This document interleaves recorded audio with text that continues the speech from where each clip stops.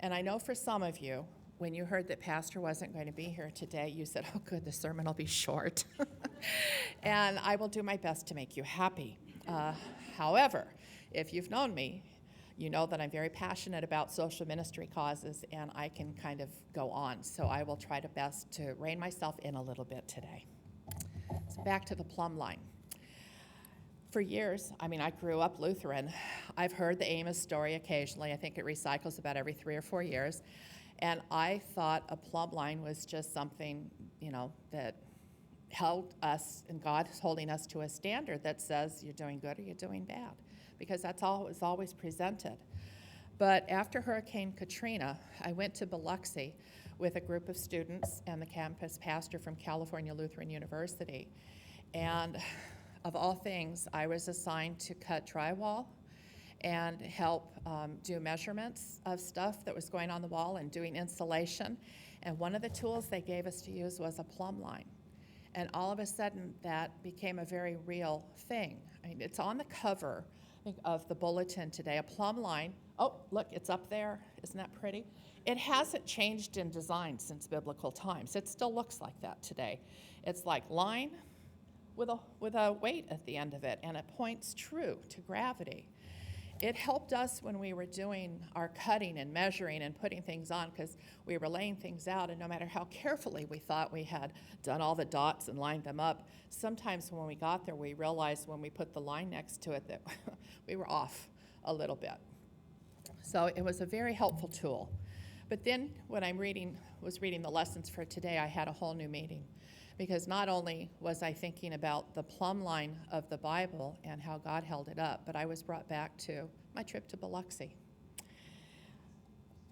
One of the things that we did that first trip was worked on the house of a man named Elvis. Elvis was a welder by trade, and his house had been full of water in Hurricane Katrina. Elvis was out working and trying to help the lobstermen and the fishermen repair anything on their boats or their traps or anything that needed welding. And he wasn't able to work on his home, and he wasn't a rich man, so he didn't have a lot of insurance. It barely made a first month's payment of things, and he wasn't eligible for some of the government help that was coming into the neighborhood. So it was the community of faith that helped him. It was Habitat for Humanity, and then our group of California Lutheran students teamed up with some Methodists and some Baptists who were working on his home. Elvis shared with us one night. He came home a little early, and we were still there, and he shared some of his story of what had happened during the hurricane. Their house is built up 3 feet already, so they thought they'd been through hurricanes before, they'd be fine, and he and his wife stayed. As the water rose, they realized it was too late to get out, and as the water continued to rise, they realized they needed to get out of that house somehow. Elvis stood on the kitchen table. He took a baseball bat and he poked a hole into the ceiling so they could climb into the attic. Unfortunately, his wife drowned in the home as the water swirled around them. Elvis said he was continuing to live there because he had no place else to go, and that he would live with the memories of his wife. The next year, I returned to Biloxi. This time, there was a small contingent from, we were at that time, Westlake Lutheran Church, now New Hope. And it was Susie Coley, Wayne, and Phyllis Rickard, none of whom are here today. So I can talk about them. Or you can ask me afterwards, and I can tell you some special stories about what hard workers they are. But we went, again, with a faith group, and we stayed at Bethel Lutheran. Mark Storer, who comes to second service, had teamed up with a ministry at Bethel that was reaching out to the community, reaching out to people who were not really getting help from anybody else. Phyllis, as you may know, is a registered nurse, and she got a temporary license from Mississippi. They were very good about helping medical personnel come into the state. Phyllis worked in the clinic that Bethel was operating, and we met people who were driving for up to 2 hours to come get medical attention that they needed. People who were diabetic, whose medication had run out. People who had high blood pressure, whose medication had run out. They had no other place to go, but they came to Bethel, and the community of faith met their needs. We also passed out prayer shawls, so that ministry was alive and well, and they were coming in from all over the country. Pennsylvania was there on another build site, and they brought us over some quilts that we could hand out to children. It was just an incredible action to be able to sit there and pray with people and let them know that someplace else in the country they were loved and they were cared for. My third trip to Biloxi ended up not being in Biloxi. They moved us over to a little community called Bayside, still in Mississippi. And in Bayside, the church that was going to cook didn't come. And so a woman that I had met, that trip I went by myself, but I met somebody that I had worked with on our second trip. She was Jonas from Iron Mountain, Michigan. We connected. I had an uncle who lived in Foster City, Michigan, which is next door to Iron Mountain. Iron Mountain is a blip on the map. Foster City doesn't exist on the map. And so we had agreed that we were going to meet in Biloxi and spend Easter the following year, which we did. Fortunately, she's a caterer by day, and I got great experience being a sous chef because we agreed that instead of going out on the homes, we would feed the workers, because having been there before, we both knew how important that was. The workers come back famished. So we worked. We didn't get to listen to as many stories from people because we weren't at their homes, but we were walking in the community because we were going down. By this time, the shrimpers could shrimp. And we went down. You have never had such good shrimp as coming right off of the boat in Mississippi. Shrimp was fantastic, and it gave us the chance to talk with the shrimpers and find out how things were going for them. We went into the grocery store and talked to people there. And we were wearing they have these shirts called Biloxi Boomerang. That means this wasn't our first trip to rebuild. And people would come up to us and hug us and just say, thank you for coming. Because some of them said that they felt forgotten by the people that they thought would be there to take care of them. Their city, their county, their state, their federal government. They felt they'd been abandoned. On all three of my trips, I drove to New Orleans because that's what was in the news, and I wanted to see what was happening in New Orleans. My first trip, there was mud everywhere. I went to the 9th Parish, the 9th Ward. That's where most of the poor people live. That was a heavy African American community. And the first trip, it hadn't even been touched. I have pictures, there are signs indicating where the rescue crews had come in and who was found, dead or alive, where their pets were, where people were relocated. The second trip, most of those buildings had been torn down and the debris was removed. The third trip, there were just fields of grass where homes had once been.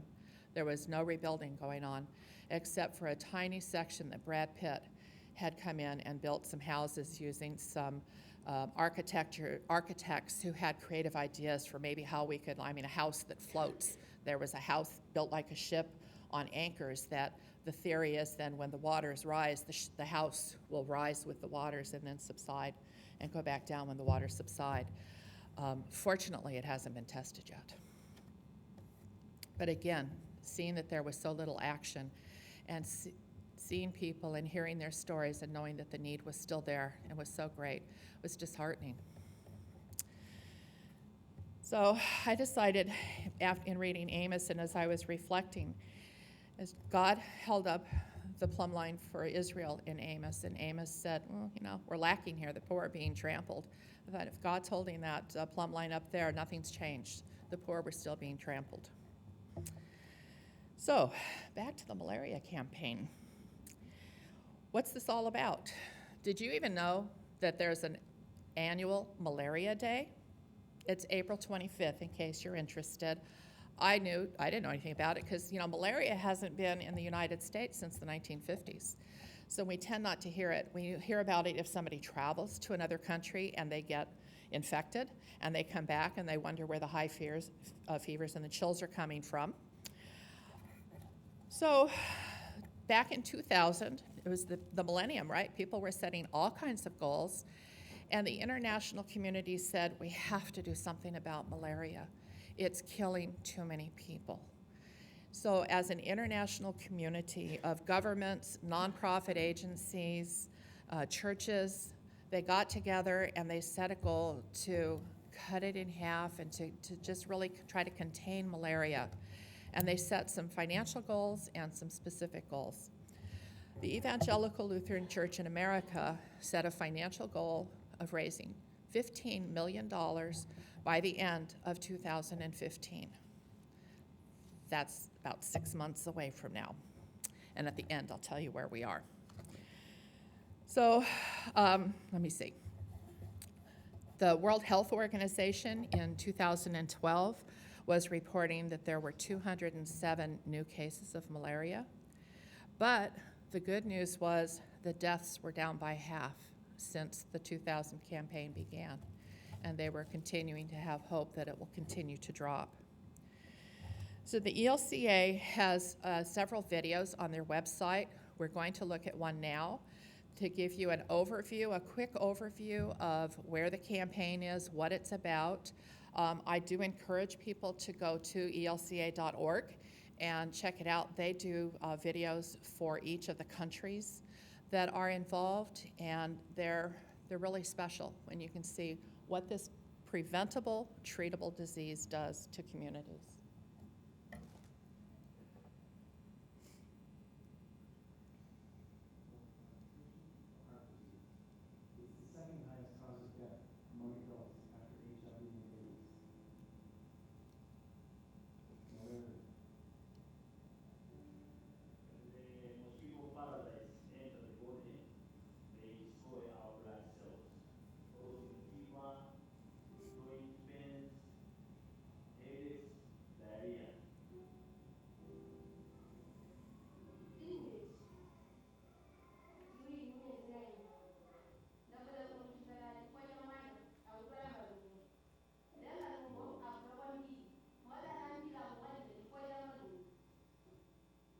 Malaria is a leading cause of death in Africa, but it shouldn't be.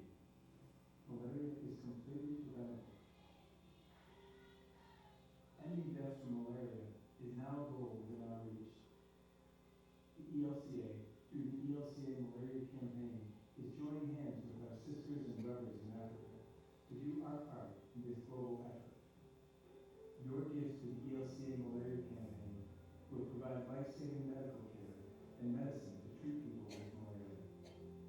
Teach people how to protect themselves from the mosquitoes that spread malaria, recognize symptoms, and seek treatment. Distribute mosquito nets, provide preventative medication to pregnant women and their babies, and begin water treatment projects that control the environments where mosquitoes breed. Already, in anticipation of your support, healthcare providers are being trained to save lives. We need your help so that no child or no woman, no person should die of malaria. The ELCA is our trusted sister or brother. Whenever we have journeyed together, we have made things happen for God's sake. We pray for God's accompaniment to both of us, so that in this journey, as we march together, Christ marches with us, as the journey remains long ahead of us.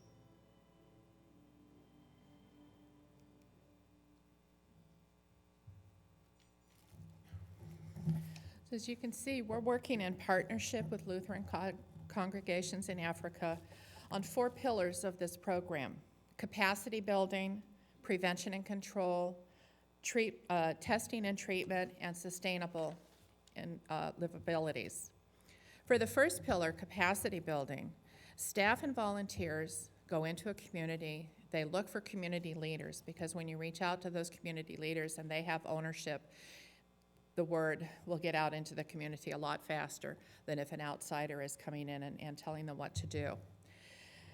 They sit down with those key leaders and they plan a strategy for getting the word out into that community. They put an infrastructure in place, because there's no good talking about prevention if you don't have nets to distribute. There's no good talking about treatment if you don't have medication or people who know how to administer the medication. So they get that infrastructure in place, And then they can move on to the rest of the pillars. For prevention and control, the distribution of the mosquito netting is vital.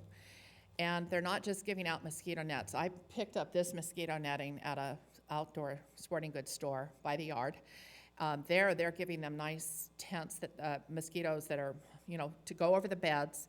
And they've been treated with a really powerful insecticide that's not harmful to humans, but it can be fatal to the mosquito. And people are told how to set it up, how to use it, why to use it, when to put it up, when to take it down, so that they can prevent being bitten, because as you know, mosquitoes come out at night. Eliminating breeding grounds is also critical. They teach people that standing water is where the mosquitoes breed. They give them tools like shovels and rakes to help fill potholes where water can stand after a storm. They give them scythes so they can, did I say that right for the farmers out there?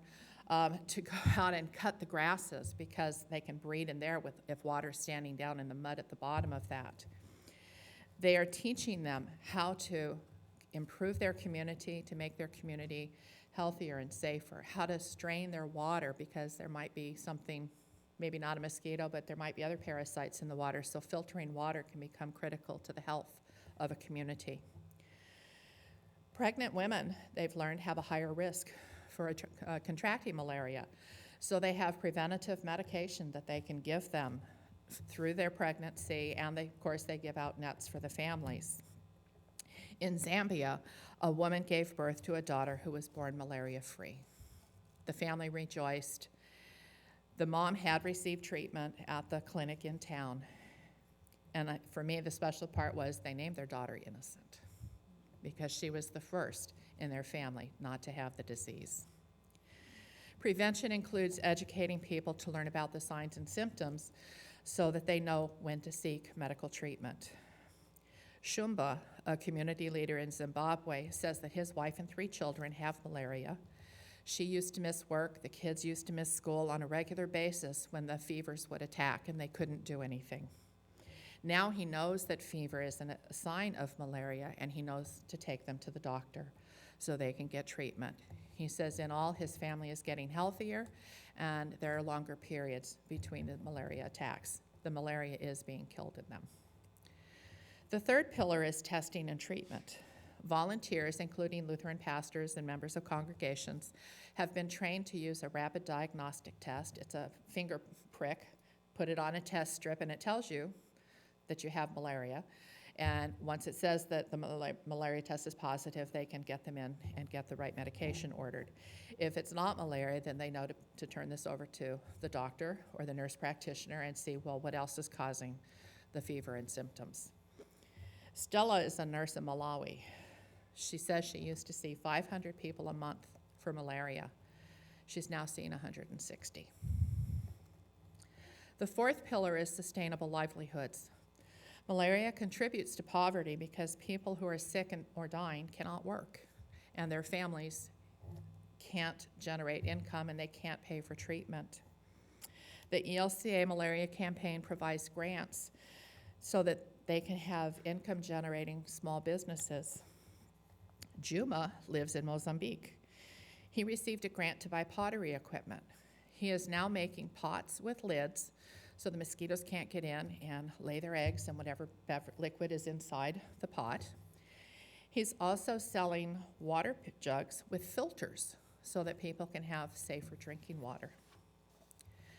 Philip lives in a town in Zimbabwe. He used his grant to start a shop that sells bug spray and candles that keeps mosquitoes away. Proceeds from the sales for both Juna and Philip are helping their families eat healthier, live healthier. They're helping the communities get healthier. These grants have had, in business terms, an incredible return on investment.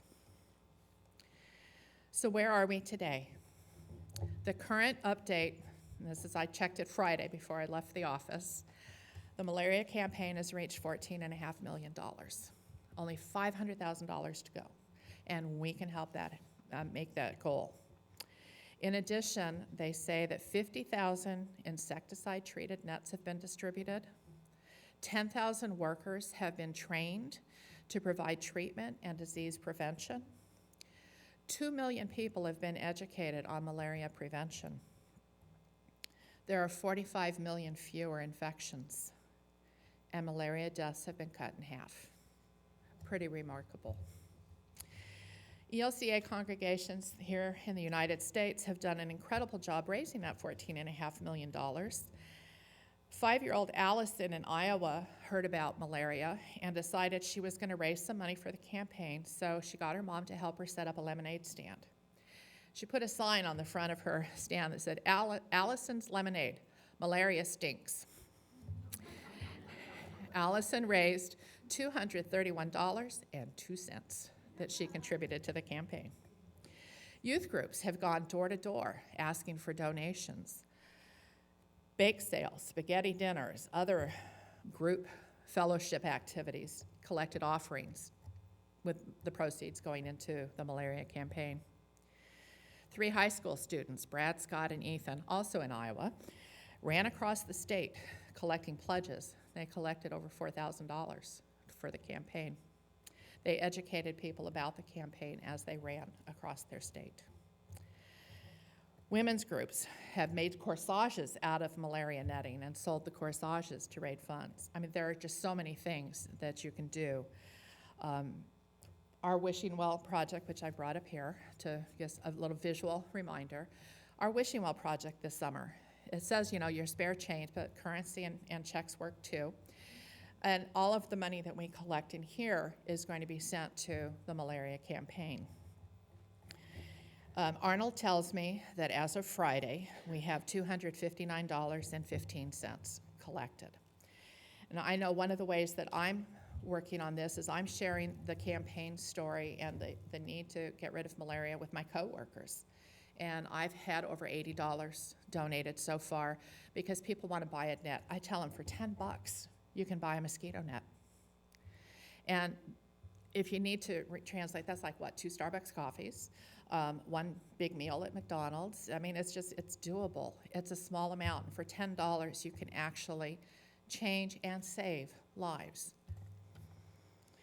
So your spare change, anything else that you want to put into the Wishing Well will go to a good cause with great results.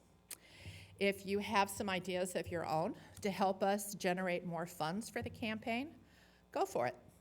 Just do it and put the money in.